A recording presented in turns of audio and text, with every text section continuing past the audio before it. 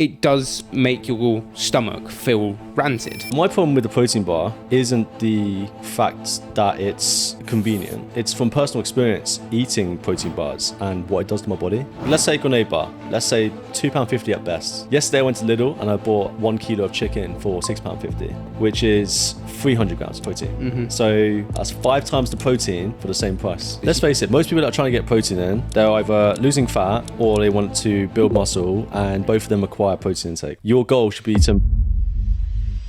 Welcome to the PerformWell podcast, the podcast for you if you're looking for performance and wellness strategies from top experts in the field, such as myself and Dan King. Please do like, subscribe, and follow us if you're on Apple Podcasts, Spotify, YouTube, or any other platform, because it really does help us get the message out and also help more people like yourself. Hello guys, welcome back again. Today, we've got something special, as always, to be fair. You seen the whole Joe Wicks, James Smith saga? Mate, it's like the next, I feel like it's the next charity boxing match ready to happen. Yeah, I mean, look, honestly, I can see the argument for both, by the way. This is where I stand, all right? I like James Smith, I like Joe Wicks. I don't think there's a world where you can live in where you don't have to disagree with one of them, but agree with the other. It's going to be interesting today. It really is. Well, we're going to delve into Joe Wicks has put out a lot of claims recently. Yeah. People like James Smith has responded, and other health professionals in the area. A lot have responded, obviously, very negatively to what Joe's saying, and his comments about protein bars specifically. So if you're a protein bar muncher, this is one for you to kind of learn more about those kind of foods. Now, the claims are basically, Joe Wicks he also went on Good Morning Britain recently. Did you see him go on Good Morning Britain? I did not. So he went on Good Morning Britain to talk more about, or this morning, one of the mornings, and he went on there to talk more about his protein bar that he released, because his protein bar, the one that's killer. Yes, his killer bar. That's fake, isn't it? Yes, it is. Yeah. His killer bar that is fake. Yeah. When I first read it, I was like, oh, he's bringing out something to compete with Carb Killer. That's totally fine. Anyway, this protein bar he's created is basically, on the front of it, it says high protein, high in vitamins, good source of fiber, all the stuff that you see on most protein bars. On the back of it, it says deadly protein bar, basically. It says can cause cancer, can cause, I think it's kidney disease, and other similar conditions through this protein bar, through ingestion of this protein bar. People in the fitness industry have erupted. I haven't had my say on it till now. Have erupted basically regarding this, including people like James Smith. Yeah. I think firstly, there's talk on the viewpoint of protein bars in general. Why do you think so many people go for protein bars these days? I mean, convenience is the main thing, right? Like most people we see that has a problem trying to get protein in, we often say to them, right, here's an easy fix, something that's very convenient to get in your protein in a very quick way. As you know, when you go to a shop, sometimes protein foods can be quite difficult to get hold of. I mean, not so much these days, I find. Like Tesco's fucking littered with protein foods at the moment. But protein bars taste good. They can replace chocolate and snacks that people probably would have had before, but with hitting their protein goals in mind. That's at least how I see it. And like I've done it for that reason myself. Like from personal experience, I'm sure you're the same. Like it's very easy to hit protein when you're looking at protein bars as snacks, and they're quite tasty. They got like that sweetener added to them as well, so in some ways it fills that sweet tooth. But my problem with the protein bar isn't the fact that it's convenient and it's going to cause cancer or anything like that. It's from personal experience eating protein bars and what it does to my body.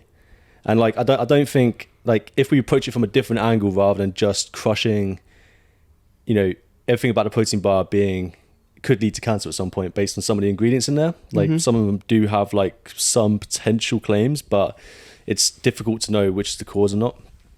If you get rid of that and just focus on the element of like how it feels in your body to have a diet full of this food, then there's an argument to have that it can be bad because it can cause digestive issues, or at least it did for me, and then skin health issues because of that. That being said, I do not demonize it on Joe Wicks level, because there's an element of needing it for certain situations. Well, this is where it's become, again, it's created a massive divide in the ultra-processed crew and the must fight against everything ultra-processed, you cannot eat it, it must be abolished from your diet crew. It's done the same thing again. It's created this split conversation in a lot of comment sections.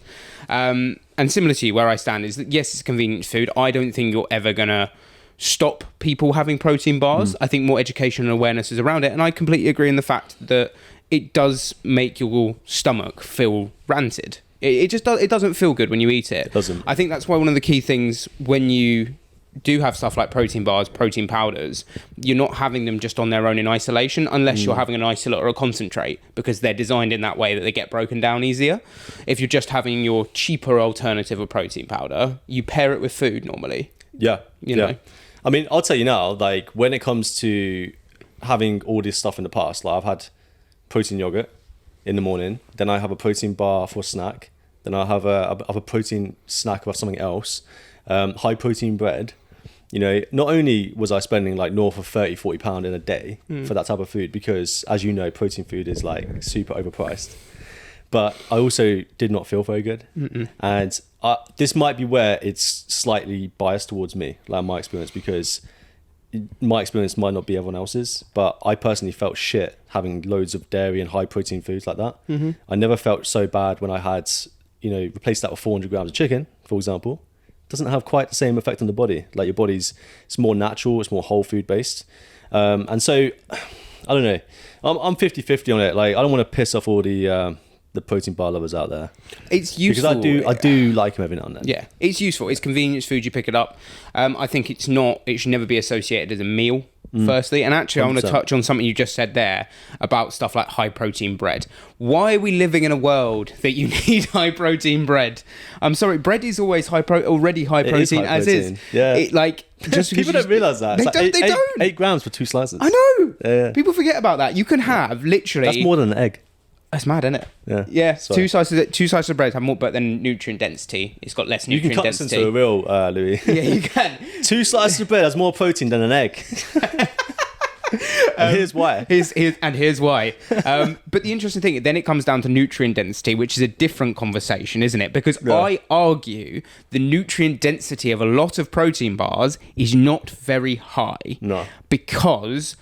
we spoke about it with Paul on the recent podcast, the bioavailability of different vitamins. Yeah. Because the type of vitamin that they put into protein bars, they can, as soon as they put a type of vitamin A, like a carrier for vitamin A in there. Beta carotene is the plant-based version of it. Exactly. Yeah. As soon as they put something in there, they can claim it has that in it. Yeah. That's based on regulation rules. So when people look at the bars and go, it's got vitamin A, vitamin B12, vitamin D, vitamin K, oh great, this has got loads of vitamins in it. The general population go, healthy. Yeah. And that's the immediate association to it. So it's marketing that's caused the problem. It is marketing that's caused the problem, not specifically of the bar. Does that mean then capitalism's caused the problem? This is getting very political now. Because we are capitalists at heart, being self-employed business owners. Well, yeah, true. To some degree. The marketing, I did a Babybel comparison a little while ago. I don't know if you saw that one, but it was talking about the high protein Babybels and the Babybel lights. Aren't they? Well, okay, isn't it 4 grams of protein a Babybel? The Babybel, no, it's 5, but the Babybel lights. So the Babybel lights have 5 grams of protein in them. The Babybel high protein have 5.2. That's so stupid. So it's 0.2 difference. How much more does it cost? They're exactly the same, I think. I think you can pick them up for the same price. Yeah. But it's still the conversation of why would you then go to pick up the high protein version? Maybe they've upped the price of them. If anyone likes a Babybel and it's a high protein Babybel, let me know. Let me put this in perspective though, real quick. Like, let's say Gourmet Bar. Let's say £2.50 at best. Like, if you're lucky. If you're lucky, yeah. Yeah, I'm just going to give you the benefit of the doubt. You got a £2.50 option somewhere, okay? Whatever. 20 grams of protein. Let's say you buy 3 of those bars. You have them in a day. 60 grams of protein for, my maths is off. £7.50. There we go. Yeah. Yesterday I went to Lidl and I bought 1 kilo of chicken for £6.50, which is 300 grams of protein. So what's that? That's 5 times the protein for the same price. But mate, you've got to cook that chicken. Easy. Well, yeah, it is easy, but a lot of people will not sit there and say it. I know. Chicken's easy to cook. It's like 15 minutes max. Yeah. And that's if you want to sear, a nice sort of sear to it. Yeah, chuck it in the air fryer as well. You can even chuck it in the air fryer to do it. But again, this comes back to the conversation of high protein foods and now hyper palatable too. So they're high protein and hyper palatable. There is going to be a bit of devil's advocate that I'm personally going to play on this. I would still prefer someone to pick up a protein bar to picking up a Kit Kat. Yeah. Genuinely. Because you're still kind of almost on like this little stepping stone of like, well, I'd prefer if you're going to have a high protein snack to cook up like either some chicken, like some seared chicken you can just munch on the go. I personally prefer that. But if you can't have that, what's the next best alternative? Probably a protein shake, protein bar. If you want to get protein in specific, like we're talking protein, by the way. I would say protein. If you can, protein shake probably better than a protein bar for the sake that you have more control over how much you can put in, and then you can also like add other stuff as well. Let's say your breakfast shake, your omega-3 balance is low. You can add some flaxseed into there. You can add some oat base to add soluble fiber. One thing I will want to kind of come on with talking about shakes. Have you seen the abundance of different brands of protein shakes in like places like Tesco's now? Not necessarily, no. There are so many now. So I literally looked at the one by the train station and there was like a row of 8 different brands. and this is an express as well. This is not a supermarket. This is a small shop. Yeah. And they're limited. Yeah, I know. It's mad because they've got like... look, I'm going to say it right now. The biggest marketing fraud is the breakfast shakes. I'm calling it now. They are the biggest marketing fraud in the high protein industry, marketing industry, whatever. That breakfast high protein shake is a load of twaddle. You mean like the Weetabix shakes? Not the those ones that are like in the fridge section. Similar, but the ones that cost like £4, the same tiering as a Huel shake. Yeah, you know what I mean? Because Huel do theirs, and they're like the creme de la creme, aren't they? Supposedly 400 calories. Supposedly Bowl is better. Who? Bowl. B-O-L. Oh, that's another one. Yeah, I've seen Bowl sitting on the shelf shakes, too. I think they're called. Power shakes. Yeah. But there's so many different shakes now. But again, this comes into a convenience sake. I would still prefer someone pick one of those up to picking up a Kit Kat, even though technically nowadays is a Kit Kat healthier than a protein bar. Kit Kat's got protein, just so you know. It does, yeah. That's why I used to get the peanut one. Banging stuff, by the way. Peanut. Let's talk about peanut butter again. Peanut butter's great. No. As in, like, I love peanut butter, but obviously as a protein source, it's like it's got protein, but it's definitely not the best protein source. But this is the thing with the labeling now, because the labeling is labeling carb sources as protein sources. They are not protein sources. They are carbohydrate sources. Let's face it, most people that are trying to get protein in, they're either losing fat or they want to build muscle, and both of them require protein intake, right? Yeah. Your goal should be to minimize the amount of calories per protein you're eating, at least for the majority of your protein, so then you can have the rest of it through whatever you want. And I think we need to look at high protein sources that are low in calories, per gram. So chicken breast, tuna, 100%. So lean sources, basically. Beef, there are beef. Lean beef mince. Are lean. Even some steaks have quite lean sources. Like, obviously, we're not talking rump steak. We're talking like sirloin, potentially. Mince. Yeah, turkey. Obviously, this is a spectrum. So like chicken up here, maybe turkey up here, and then beef steak maybe more the mid-range, and then we go down to like the sources that are not so good. I ever peanut tell butter's you? Down the bottom. Yeah, peanut butter's really low. Yeah. It's really tasty though. Did I ever? I think you might have seen this during my early days of creating content. Do you remember I spent? Oh, it took me like 4 weeks to make this. I broke down what the best food is for calorie to protein ratio. Fun fact is protein shakes. It is protein powder. Protein powder. It's also the cheapest. It's also the cheapest. Yeah. So this is again where do we look at it and go, okay, well, the vast majority of people are going to pick this up because it's the cheapest. It's got the best calorie to protein ratio. Why wouldn't people pick it up? It's such an easy thing to add into the diet. I have 2 shakes a day. I'm going to hold my hands up and say I do have protein powder twice a day. Whey protein. Yeah, whey protein. And you got no problems. No. Apologies for interrupting the episode. We appreciate you probably got really engrossed into what our experts are having to say right now. However, we've just dropped something very exciting. It's a 50-page high-protein recipe guide with so many recipes in there to really help you increase your energy levels, increase your confidence, and also help with those fat loss and muscle gain goals that I know have been so difficult to attain for so long. It's perfect for people that don't want some fancy schmancy recipe with loads of ingredients you've never heard of. These are simple, basic recipes that you can follow to help you hit your goals. Go check out in our description through the link. Do you know, I have one vegan. I have one vegan protein and then one whey. Yeah. So I've noticed that some protein powders now are whey based, but they're not just whey. They've also got pea protein and soy protein in them as well. Yeah. And I don't know if that's to maybe like offset some of the lactose, or maybe it's to cheapen it. I'm not sure. Do you think it might be to? Well, it can't be balanced. Well, it can't be cheapen it because actually whey is the cheapest. I would be thinking, we spoke about this with Paul again. If you want to watch that podcast, by the way, cracking podcast.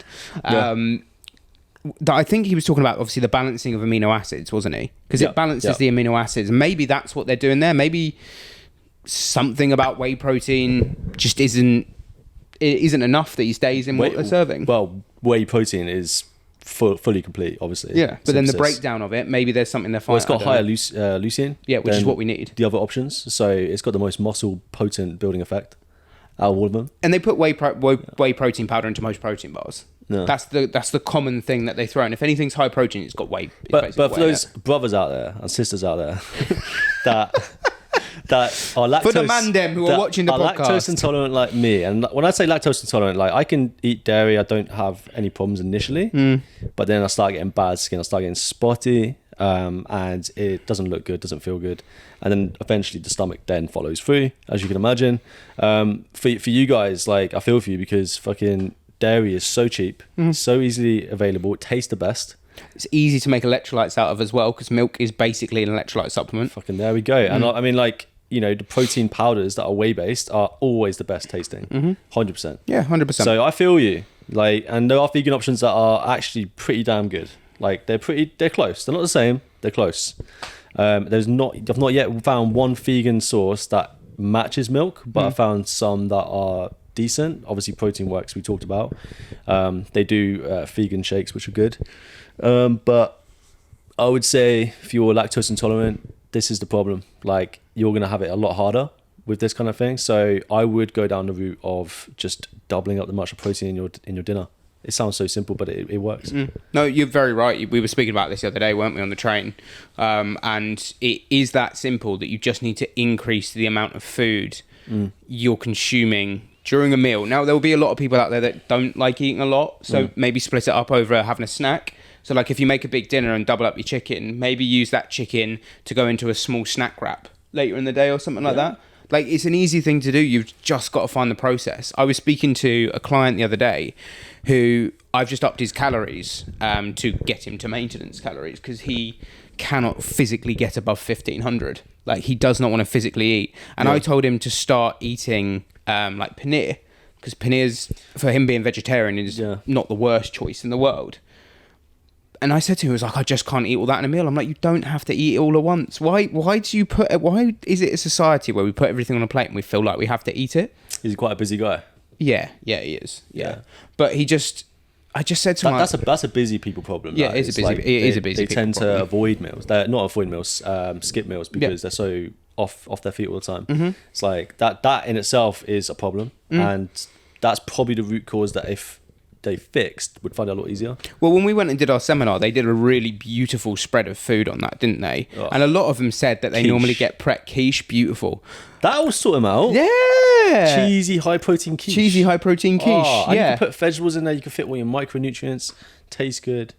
Oh, cheese, yeah, it's great. Cheese makes everything It's better. great. If you have the ability to do something like that, I think it's great. I've been starting to do like wraps as meal prep, like burrito wraps as meal prep. It takes me an hour and a half to do wraps as meal prep, and then I've got a long time. I've got 9 meals. Oh, yep, I've got 9 meals. Was one burrito? Yeah, no. Yeah, an hour and a half. An hour and a half. I'm just folding each corner of the burrito really intricately. I cooked a lasagna once. How long? Cottage pie. Yeah. 6 hours. What were you doing? I was following a Jamie Oliver recipe to the exact letter. 6 hours. Yeah. How big was this cottage pie? Two oven dishes in the freezer. 6 hours. Yeah. Tasted banging though. Well, yeah, I bet it was amazing. 60 quid. 60 quid? Yeah. 6 hours, 60 quid. 8 portions, but big portions, like fat man portions. I tell you what, it's not horrendous though, is it? No, it's not bad. But there are big meals like that. And people out there, if you are picking up protein bars, they aren't going to kill you. They are not going to give you cancer. They are not going to ruin your life. Everything causes you fucking cancer, guys. Yes. Standing in the sun causes cancer. This is the problem. It's like, does it cause you cancer? Does it not? No one knows, man. Like, there's science that has a best guess, but like, there's probably worse things that are going to cause you cancer. Like, being overweight is probably a more direct influence than eating a fucking protein bar. Like, we know losing weight will have a lot of health benefits that you wouldn't get if you were just focusing on trying to avoid protein bars. It's about being risk adverse, isn't it? Yeah. Because you need to kind of take into account you can never control all the factors in your life, but if you have 80% of them under control, much like our favorite numbers 80-20, and the 20 is the bit that you kind of push a little bit, you will be fine. And if you look, roll of the dice, if you are concerned about getting cancer, get it out of your head, because you don't know until you get cancer. It's one of those things that if you're living in fear all the time, you're never going to do the things that you want to do. So why sit there fearing protein bars that have not been proven to cause cancer? And people, I hate to say it, but the fact that Joe Wicks has come out with this claim, I think he's running out of marketing ideas. He had his Lean in 15, he did his PE in schools, which were both fantastic initiatives. I love that. But the fact he's now attacking protein bars and labeling them as bad, which a lot of people who maybe watch this podcast, maybe just live at home, they're not going to have the conversation we're having now. They're not going to be educated on this front. They're going to walk in and see a grenade bar and start thinking, that can't be on the shelf. That's bad. Do you remember the guy at the seminar who said peanut butter's bad? Who's it? Oh, yeah. Peanut butter. The nut of a peanut. I mean, a lot of things can be bad, obviously. Like, a lot of things can be bad or good depending on context and who it is. But I would say that Joe Wicks is using this as a method to get people to see his message underneath, which is stop eating ultra processed foods. But he's not he's not messaging it that way. That's the problem we've got, isn't it? That's the problem. Because like, I don't disagree with his thing about, you know, avoiding ultra processed No, foods. neither. Like Eddie Abu, like, even though he pisses me off entirely, like, I do agree in some way what he's saying. Like, I think he is right that we should have foods that are more whole based as most of our nutrition, but it's the marketing ploy behind being a dick about it that I don't like. Because Eddie Abu went to 1 million followers in a year. Yeah. So it works. It's a proven strategy. It gets you attention. Everyone in the fitness industry is now talking about Joe Wicks again. But we weren't talking about Joe Wicks before. The only thing that came up is sugar relapsing. Which again, I was a fanboy of Joe Wicks when I used to love him. He was great. But what was his thing? It was like little trees. What? When he fucking had the little broccoli. Oh, yeah, when he's doing this Lean in 15. Yeah, but this is the thing. This is Lean in 15! Da, ba, ba, ba, ba, ba. And that was it, like 15 seconds. I think they were great. They were great, and they still are great videos for people to watch, to educate themselves about good foods to have and meals to have. But it's just stop when it comes to this kind of demonizing of food. Nobody needs so many people in this world already have bad relationships with food. Yeah. Why do we need to make it worse? Exactly. I did see a Slimming World post the other day, and I have a real temptation for some content. If you guys follow me on socials, I'm going to have some fun with this poster. But it basically says, taste real change. And I was going to put like, taste real eating disorders. Something like that next to it. Because that's basically what these things create. They create people's poor relationship with food, where they don't think they can have something. And in their darkest times, it ruins their life. Yeah. I'll be brutally honest. That is the plain and simple of it. For those of you that think that we're trying to be experts about cancer, by the way, just got to fucking put this out there. We're not. We're not saying that we know what causes cancer or not. This is not the podcast for you if you're trying to be optimizing your health to that level where you don't get cancer, because I don't know if there is a podcast out there that could do that.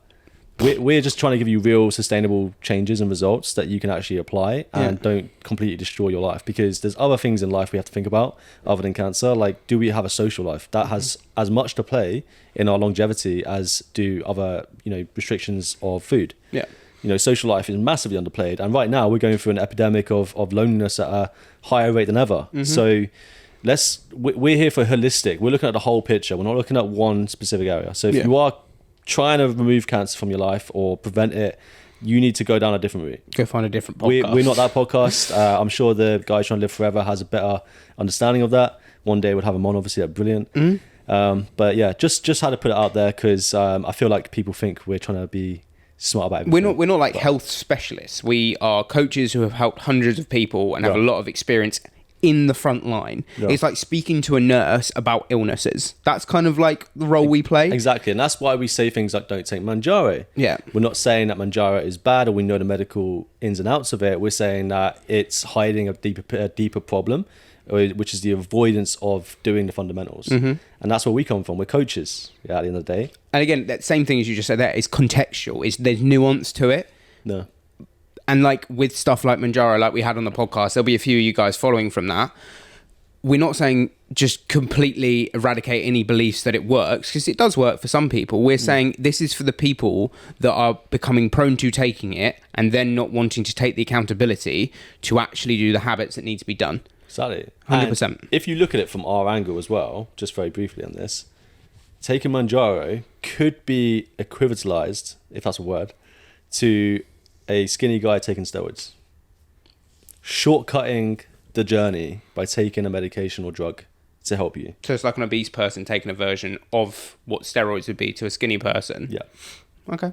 That's how I perceive it. It's the shortcut. It's trying to find another way around the fact that it takes time to do stuff. There are other things you can do. That's all I would bring up. Okay. Right. The wheel. The wheel. Ta-da!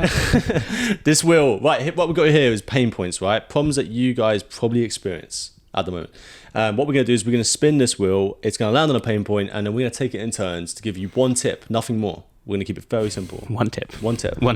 Right, let's crack on. Go on then.